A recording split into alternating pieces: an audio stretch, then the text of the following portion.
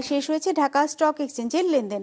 সার্বিক সূচক DSC x 17 point বেড়ে দাঁড়িয়েছে 4,695-তে। বেচা কেনা হয়েছে 276 কোটি টাকার।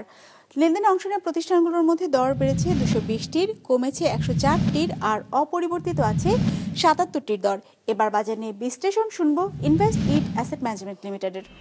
গত কার্যদিবসে 1.6% একটা সিগনিফিকেন্ট কারেকশনের পর ঢাকা স্টক এক্সচেঞ্জের প্রধান সূচক ডিএসসি এক্স আজ ঊর্ধ্বমুখী ধারায় শেষ হয়েছে।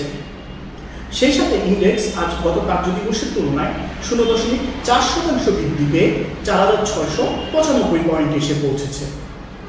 আজ দর হ্রাসের বিপরীতে দর বৃদ্ধির কোম্পানির সংখ্যা প্রায় দ্বিগুণেরও বেশি ছিল। আজ মার্কেট টার্নওভার গত কার্যদিবসের তুলনায় 1.8% বৃদ্ধি পেয়েছে। টার্নওভারের দিক থেকে ফুড অ্যান্ড অ্যালাইড সেক্টরে আজ ইনভেস্টরদের পার্টিসিপেশন সবচেয়ে বেশি লক্ষ্য করা গেছে। এর পরেই লক্ষ্য করা গেছে ব্যাংকিং সেক্টরে অ্যান্ড ফার্মাসিউটিক্যাল সেক্টরে। লাভেলও আজ টার্নওভারের দিক থেকে শীর্ষ শেয়ার ছিল। আজ সর্বোচ্চ দর বৃদ্ধি পেয়েছে রহিমা ফুডের, যেখানে সর্বোচ্চ দর হ্রাস পেয়েছে রিজেন্ট টেক্সটাইল।